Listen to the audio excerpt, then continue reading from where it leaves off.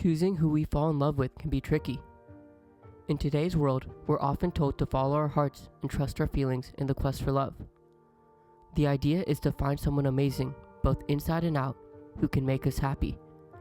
A warm and comforting thought, right? This romantic approach aims to break free from the old ways of arranged marriages, ensuring we end up in happy relationships. However, trusting our instincts doesn't always lead to a fairy tale ending. Those intense feelings we experience in certain places or online doesn't necessarily guarantee a blissful relationship. There's another perspective influenced by therapy.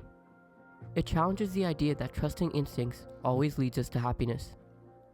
According to this view, we tend to fall for those who treat us in familiar ways, not necessarily in the best ways. It turns out, our adult love often mirrors the love we experienced in childhood. The interesting part is that we may be seeking familiarity more than happiness when it comes to love. We might be recreating feelings from our childhood, both the good and the not so good ones. It's like growing up always trying to help someone that's out of control or missing a parent's warmth. Those early experiences often shape our understanding of love and influence the dynamics we seek in relationships, even if they're not always the healthiest choices. Sometimes we end up rejecting great partners because they seem too balanced and reliable, unlike the familiar feelings we're used to. To choose partners wisely, it helps to reflect on the types of people who attract or repel us, and trace these preferences back to our childhood loves. We might discover that we're drawn to certain qualities because of our past experiences. Even if we can't change everything, understanding our patterns helps us be more mindful.